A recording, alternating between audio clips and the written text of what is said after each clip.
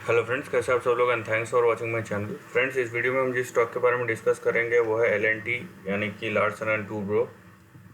And L के बारे में अब देखिए कि एक इंफ्रास्ट्रक्चर कंपनी के साथ साथ, ठीक है, वो आपको इंफ्रास्ट्रक्चर, अगर मैं जहाँ तक बात कर रहा हूँ तो वहाँ पे आपको कंसल्टेशन से लेके बनाने से लेके टेक्नोलॉजी से लेके हर कुछ यहाँ पे दिखेगा।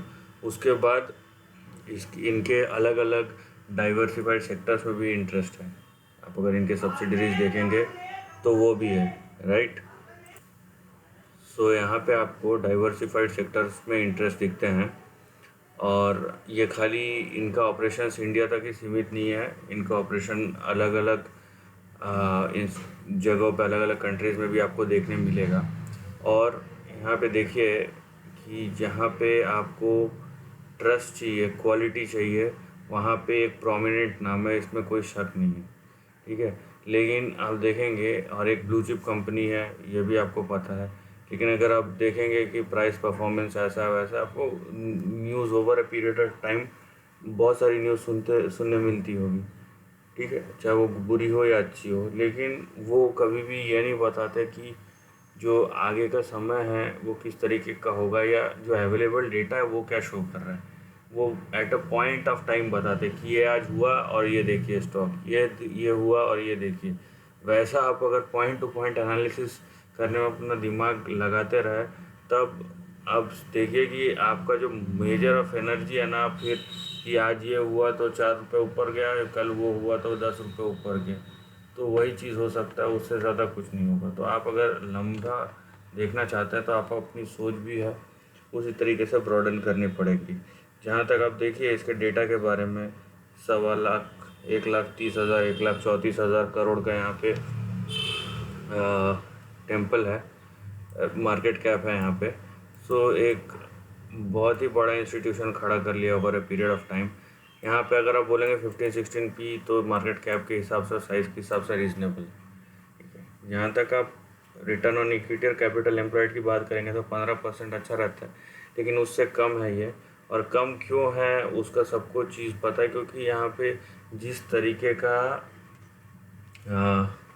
ये पूरे इंफ्रास्ट्रक्चर सेक्टर जो एल जिसके लिए जाना जाता है, सबको पता है कि पूरा इंफ्रास्ट्रक्चर जो है वो ऐसा कुछ एक्टिविटी नहीं हो रहा है ओवरऑल। अगर देखें, ये नहीं कि एक्टिविटी बंद है, लेकिन जिस तरीके का बूम होना चाहिए नहीं हो रहा है। और जब तक इंफ्रास्ट्रक्चर में बूम नहीं आएगा, हमको पता है कि जीडीपी में वो दिखेगा नहीं। जो जीडीपी कम है इतना, ठीक है, इंफ्रास्ट्रक्चर एक्टिविटी जैसे ही शुरू होगा वो बढ़ना शुरू होगा। तो एक डायरेक्ट कोरिलेशन है। तो इसमें कुछ छुपाने या ना छुपाने वाली बात नहीं है, ना समझने वाली बात नहीं है, चाहे कोई इसमें कुछ भी बोल ले। लेकिन इसका जो असली स्ट्रेंथ है वो है, देखिए, इंफ्रास्ट्रक्चर में बूम आएगा तो सबसे पहला प्रोमिनेंट मेंबर्स में, प्रोमिनेंट प्लेयर्स में इनका नाम आता है, ठीक है। तो वो तो मेजॉरिटी ऑफ द ऑर्डर्स इनके पास आएंगे, उसमें कोई बात नहीं। लेकिन इनकी खासियत क्या है? इनकी खासियत ये है कि अगर आपको बैलेंस शीट रीड करना आता है, अब वो देखिए, इनके काम करने का तरीका देखिए। ये ऐसा काम नहीं करते कि इधर का पैसा उधर, उधर का पैसा उधर। ये ऐसा नहीं है कि मैं दूसरों कंपनी को इंडिकेट कर रहा हूँ ये सब चीज़, लेकिन ये सब केसेस बहुत प्रिवलेंट है, ठीक है।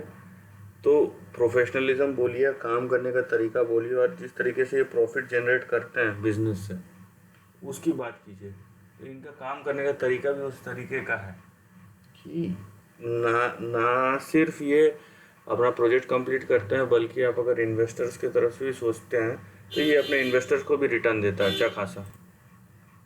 तो ये अपने इन्वेस्टर्स को भी अच्छा खासा रिटर्न देते हैं यहाँ पे। तो ये भी आपको देखना है। और जहाँ तक रही रेशियोज़ की बात, अब देखिए कि ये यहाँ पे 2015-16 में 12-11% हो गया था, अभी फिर से बढ़ना शुरू हुआ है। सो अभी देखने वाली बात यह है कि इनका प्रॉफिटेबिलिटी क्या है। ये फिर 2008-9-10 वाले हाई पे पहुँचती है 19-20%, वो देखना ज़रूरी है यहाँ पे। और सबसे बड़ी बात यह है कि यहाँ पे आप ये चीज़ मत से एक्सपेक्ट कीजिए कि आपको बहुत बड़ा रिटर्न मिलने वाला है। क्यों? क्योंकि ये डिपेंड करता है आप किस कंपनी में लगाया पैसा। आप अगर स्टेबिलिटी और थोड़ा मतलब नॉमिनल रिटर्न चाहते हैं कि 15%, 10% सालाना रिटर्न हो जाए, तब देखिए, ठीक है। आप अगर वोलेटिलिटी चाहते हैं तो ये वोलेटिलिटी उतना स्टॉक नहीं है, रेंज बाउंड स्टॉक है। फ़िलहाल और इसका ओवरऑल ट्रेंड देखिए, जिस टाइप की कंपनी है ये आपके पोर्टफोलियो को बैलेंस करता है। लेकिन जैसे ही इकोनॉमी ग्रो करेगा ये स्टॉक भी ग्रो करेगा, इसमें कोई दो राय नहीं है ना। अभी अगर हम इसके ट्रेंड को देखें तो हमको कुछ इस तरीके का दिखता है, ठीक है। ये देखिए आप ट्रेंड इसका, तो हमको ट्रेंड में क्या दिखता है यहाँ पे, राइट, ये हमको हमारा ट्रेंड दिखता है इस तरीके से।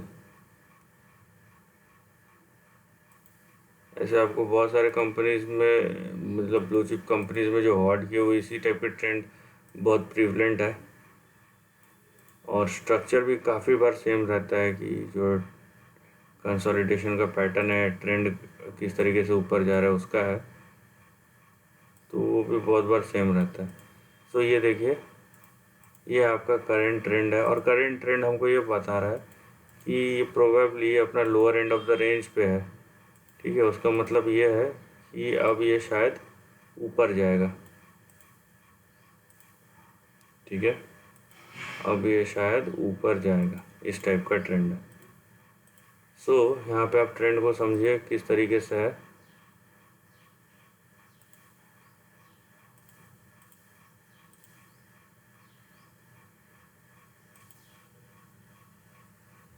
ये देखिए, ये आपका एक रेंज था, ये कब से कब तक का, 1992 से 2002, ठीक है, 10 साल का रेंज है ये। यहाँ पे आपको दिखेगा कि 8-10 साल में एक बार ये 2000 में गया ऊपर, फिर नीचे आया 2002 तक, और उसके बाद 2002 से 2007 तक इकोनॉमिक बूम था। सो उस बीच में अब देखिए स्टॉक ने 4000 4500% का रिटर्न दिया है, लेकिन अगर आप वहाँ से होल्ड कर रहे हैं तो अपने हाई तक इसने 7000% का रिटर्न दिया है। तो ये रिटर्न अब अगर आप बोले आ रहे तो बहुत कम है, तो यहाँ पे ये खाली शेयर प्राइस का रिटर्न है, इसमें डिविडेंड्स और अलग चीज़ें इन्वॉल्व नहीं है, तो उसको भी आपको काउंट करना उतना ही ज़रूरी है। लेकिन over a period of time देखिए कि किस तरीके का ये रिटर्न जनरेट किया है, यहाँ पे ये बड़ी बात है। और यहाँ पे हमको ट्रेंड में क्या दिख रहा है, ट्रेंड में हमको दिख रहा है कि आपका सपोर्ट है यहाँ पे 694, उसके नीचे गया तो आपका नेक्स्ट सपोर्ट आएगा 488, ठीक है। वहीं ऊपर की तरफ हमारा जो टारगेट है वो हम रखेंगे यहाँ पे 1763 से यहाँ पे 2076। अभी फ़िलहाल हम इस लाइन की तरफ ही, जो ऊपर का लाइन, इस पर नहीं जाएंगे क्योंकि एक ही बार गया है। ये जो रेंज है यहाँ पे हमको बहुत प्रोमिनेंसी दिखती है कि यहाँ तक जाएगा, ठीक है, क्योंकि ऑलरेडी हो चुका है। यहाँ पे आप देखिए, ये रेंज देख रहे हैं आप, यहाँ पे ऑलरेडी ये 2-3 बार जा चुका है, तो यहाँ पे प्रोबेबिलिटी बहुत हाई है कि इसके बीच में 1700 से 2000 के बीच में जाएगा, क्योंकि यानी हमको ट्रेंड पता नहीं कि सीधा जाएगा कि तिरछा जाएगा, इसलिए एक रेंज ले लिया। But as a blue chip company अगर ये यहाँ से यहाँ भी जाता है तो एक बहुत बड़ा काम है ये, ठीक है। यहाँ पे मैं फिर बार बार बोल रहा हूँ, आप इसको मिड कैप स्मॉल कैप की तरह मत देखिए, ठीक है, क्योंकि जो लोग लॉन्ग टर्म से बने हुए हैं उनको पता है कि इस टाइप के स्टॉक्स में क्यों बने रहना चाहिए और आपको क्या फ़ायदे मिल सकते हैं लॉन्ग टर्म में। बट यहाँ पे आप अगर रीज़नेबल रिटर्न्स और पोर्टफोलियो को स्टेबल बनाने के लिए एक स्टॉक ढूंढ रहे हैं तो ये उसमें एक बहुत ही बड़ा प्रोमिनेंट प्लेयर है, और जिसका हमारे देश, हमारे इकोनॉमी, हमारे इंफ्रास्ट्रक्चर पे जो कंट्रीब्यूशन है वो बहुत बड़ा है। तो this is the end of the video. दोस्तों वीडियो पसंद आया तो लाइक और शेयर कीजिए, थॉट्स कमेंट सेक्शन में लिख के बताइए, और ऐसे ही नए कंटेंट के लिए चैनल को प्लीज़ सब्सक्राइब कीजिए। Lastly, take care of your family and friends.